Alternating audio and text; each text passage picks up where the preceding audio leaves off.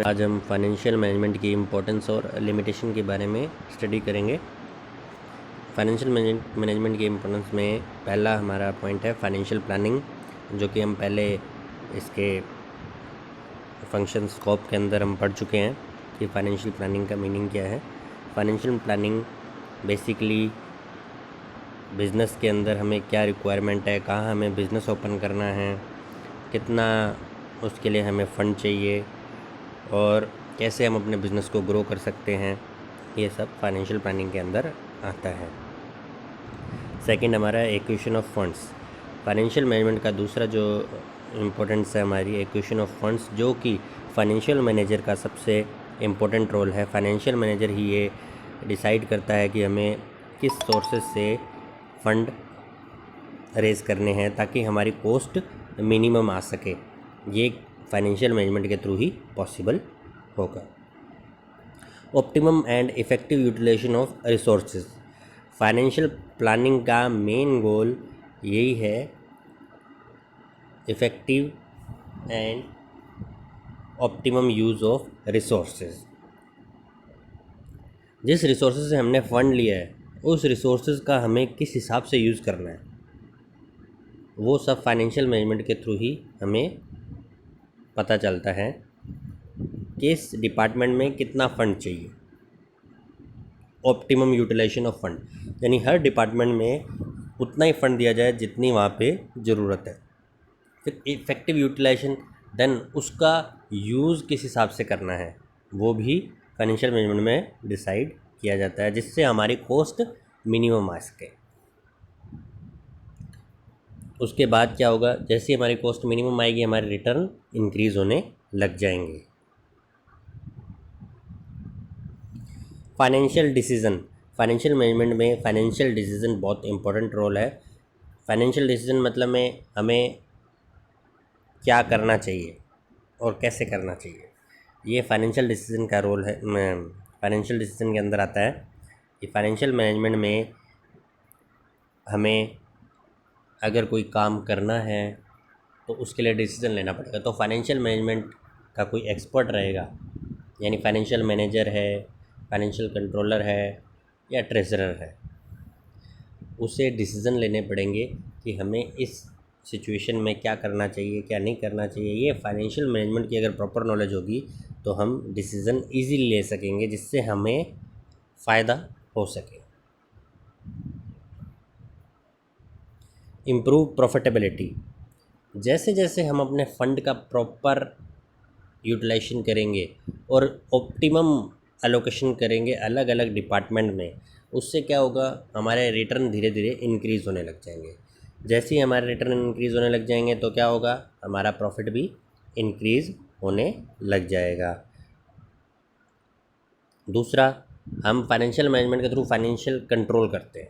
Financial control जो अपने ने पहले पढ़ा था इसके फंक्शंस में, स्कोप जो थी, फाइनेंशियल कंट्रोल के थ्रू हम अपने रिपोर्ट्स तैयार करते हैं, बजट तैयार करते हैं, तो उसके थ्रू हमें पता चल जाता है कि हमें खर्चा किस डिपार्टमेंट में कितना करना पड़ेगा। Increase the value of the firm. जैसे जैसे हमारा प्रॉफिट इंक्रीज़ होगा तो ऑब्वियसली जो हमारी वेल्थ है वो भी धीरे धीरे इंक्रीज़ होने लग जाएगी।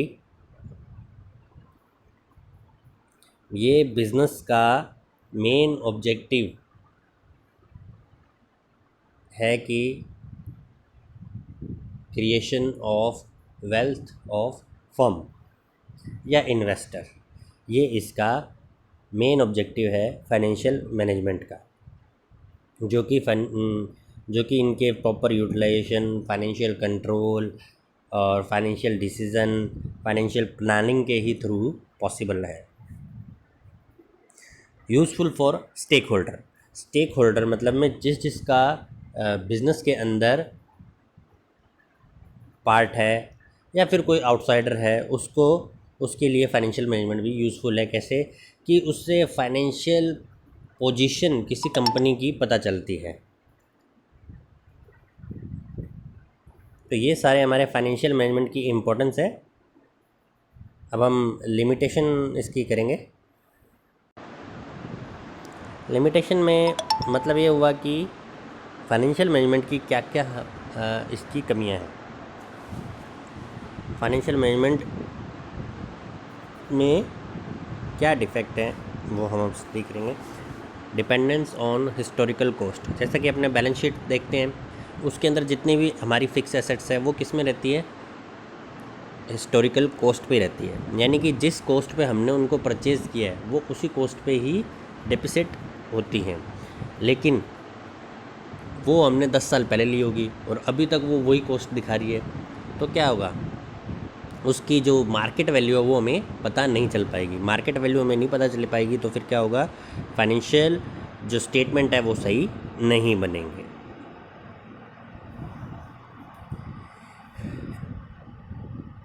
इन्फ्लेशन का इफ़ेक्ट, अगर मान लो किसी साल इन्फ्लेशन रेट इंक्रीज़ होगी लेकिन जो हमारी एसेट और लाइबिलिटीज़ है उनके रेट हमने इन्फ्लेशन के साथ एडजस्ट नहीं किए तो भी हमारी फाइनेंशियल पोजीशन सही नहीं दिखाई देगी। Intangible assets not recorded.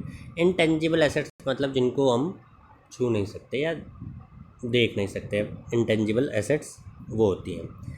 तो इंटेंजिबल एसेट्स को हम अपने बैलेंस शीट में रिकॉर्ड एज ए एसेट्स नहीं कर पाते क्योंकि हमें उसकी वैल्यू एक्चुअल नहीं पता होती। लेकिन अगर कोई किसी की वैल्यू क्रिएट करनी है, यानी इंटेंजिबल एसेट क्रिएट करने के लिए जो हम एक्सपेंसेस खर्च करते हैं उसको हम चार्ज कर देते हैं पीएनएल में, लेकिन जो एसेट क्रिएट हुई उसको हम नहीं दिखाते। तो ये क्या हुआ, इससे क्या होगा, इससे फाइनेंशियल पोजीशन हमें सही नहीं दिखाई देगी। क्यों, एक साइड तो हमने एक्सपेंसेस तो चार्ज कर दिए लेकिन जो उससे एसेट क्रिएट हुई है उसको हम नहीं दिखा रहे।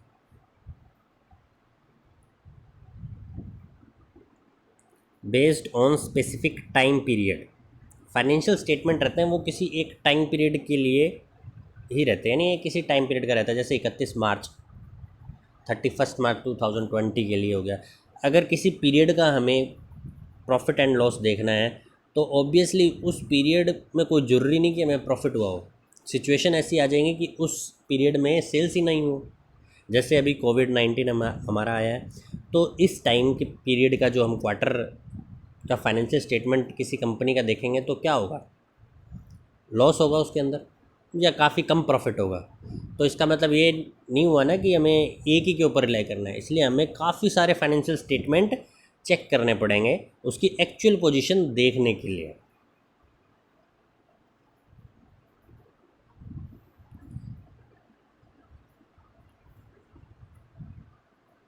Not always comparable across companies, जो फाइनेंशियल स्टेटमेंट है या फाइनेंशियल स्टेटमेंट है वो हर कंपनी का कंपेरेबल नहीं है। क्यों, क्योंकि सभी कंपनियां अलग अलग अकाउंटिंग प्रैक्टिस के थ्रू फाइनेंशियल स्टेटमेंट प्रिपेयर करती है। सबका किस एक ही प्रैक्टिस नहीं है कि इसी के थ्रू हमें फाइनेंशियल स्टेटमेंट बनाना है, सब अपने हिसाब से अकाउंटिंग प्रिंसिपल या प्रैक्टिस एक्सेप्ट करते हैं और अपने फाइनेंशियल स्टेटमेंट प्रिपेयर करते हैं। Subject to fraud, financial statement के अंदर क्या रहता है, जो कंपनी के मैनेजमेंट रहती है उनके ऊपर कभी कभार प्रेशर होता है कि हमें इस साल अच्छे रिजल्ट दिखाने हैं, तो वो क्या करते हैं अपनी रिपोर्ट में कुछ चेंजेस कर देते हैं ताकि क्या हो, हमें प्रॉफिट शो हो, क्योंकि मैनेजमेंट के ऊपर है वो, तो प्रॉफिट हमें कितना दिखाना है कितना नहीं दिखाना, ज़्यादा भी नहीं दिखा सकते लेकिन वो चेंजेस कुछ ना कुछ कर सकते हैं। नोट वेरीफाइड, अगर फाइनेंशियल स्टेटमेंट वेरीफाइड नहीं होंगे तो उनका कोई मीनिंग नहीं रहेगा। क्यों, क्योंकि किसी ऑडिटर ने चेक ही नहीं किया किसी फाइनेंशियल स्टेटमेंट को, तो हम कैसे ये अंदाज़ा लगा सकते हैं कि ये एकदम करेक्ट है। तो एक ऑडिटर की ओपिनियन भी होनी बहुत ज़रूरी है। No predictive value, financial statement के थ्रू हम प्रोडिक्शन नहीं कर सकते कि अगले साल क्या ये प्रॉफिट में आएगी या नहीं आएगी, बस इतना देख सकते हैं कि हाँ भी बिजनेस साउंड है, लेकिन हमें प्रिडिक्ट नहीं कर सकते कि नहीं इस साल इसने 1 लाख कमाया तो अगले साल 2 लाख कमाएगा। फाइनेंशियल मैनेजमेंट के इम्प्लीमेंटेशन के लिए हमें काफ़ी एक्सपेंसेस करने पड़ते हैं। क्यों, क्योंकि काफ़ी इसके लिए एक्सपर्ट की हमें ज़रूरत पड़ती है, एक्सपर्ट की फ़ीस अलग होगी। तो अगर हमें फाइनेंशियल मैनेजमेंट कंपनी में रखना है तो उसके एक्सपेंसेस भी इंक्रीज़ होंगे कंपनी के।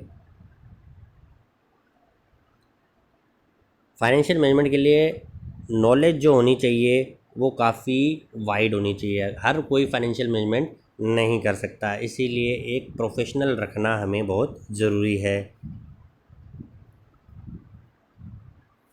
तो ये सारे हमारे फाइनेंशियल मैनेजमेंट की लिमिटेशन और इम्पोर्टेंस थी। अब हम इसका चार्ट देख लेते हैं। ऑर्गेनाइजेशन का चार्ट किस हिसाब से रहता है, फाइनेंस फंक्शन का, फाइनेंशियल मैनेजमेंट में फाइनेंस फंक्शन का क्या चार्ट रहता है। सबसे ऊपर तो कंपनी का शेयर होल्डर रहता है, वो ओनर रहता है कंपनी का, उसके नीचे बोर्ड ऑफ डायरेक्टर जो कंपनी के अपॉइंट किए होते हैं वो रहते हैं, फिर एक फाइनेंस कमेटी रहती है। ये किसी बड़े ऑर्गेनाइजेशन का चार्ट मान के चलो आप। फाइनेंस कमेटी के नीचे मैनेजिंग डायरेक्टर होते हैं। मैनेजिंग डायरेक्टर के अंदर 4 जो हमारे डायरेक्टर हो सकते हैं। प्रोडक्शन का जो प्रोडक्शन करता है, प्रोडक्शन मैनेजर। फिर HR ह्यूमन रिसोर्सेज मैनेजर, जो कि एम्प्लॉय से रिलेटेड जो भी बेनिफिट देना है, सैलरी, परक्यूजाइट, वो सारे ह्यूमन रिसोर्सेज डिपार्टमेंट के अंडर आते हैं। फाइनेंस के अंदर फाइनेंस से रिलेटेड जितने हैं डिपार्टमेंट वो उनके अंडर आएंगे, और सेल्स से रिलेटेड जो मार्केटिंग हो गया और सेल्स हमें कितना करना है वो सेल्स मैनेजर के अंडर रहते हैं। अब मैं यहाँ फाइनेंस फंक्शन देख रहे हैं, तो हमें फाइनेंस के अंडर 2 हमारे अलग अलग फाइनेंस डायरेक्टर के नीचे 2 ऑफिसर रहते हैं, एक फाइनेंस कंट्रोलर और एक ट्रेजरर। ट्रेजरर जो रहता है वो कैश से रिलेटेड काम करता है कि कैश कहाँ जाना है, कहाँ आना है, कैश मैनेजमेंट का काम करता है। फाइनेंशियल कंट्रोलर क्या काम करता है, अकाउंट्स रिपोर्ट जो है वो प्रिपेयर करने का काम करता है। तो इसलिए ट्रेजरर के अंडर बैंकिंग का काम, cash management, financial planning, dividend distribute करना, क्रेडिट की मैनेजमेंट करना, या पेंशन जो भी है वो मैनेजमेंट करता है। Financial controller general accounts prepare करता है, फाइनेंशियल स्टेटमेंट बनाता है, बजट बनाता है, इंटरनल ऑडिट से रिलेटेड जो भी है काम वो करता है, टैक्स की प्लानिंग करता है और रिकॉर्ड मेंटेन करता है। ये सारे काम फाइनेंशियल कंट्रोलर करता है। तो नेक्स्ट टाइम हम फाइनेंशियल मैनेजमेंट के ऑब्जेक्टिव स्टडी करेंगे। तो आज के लिए इतना ही इस वीडियो में। Thank you.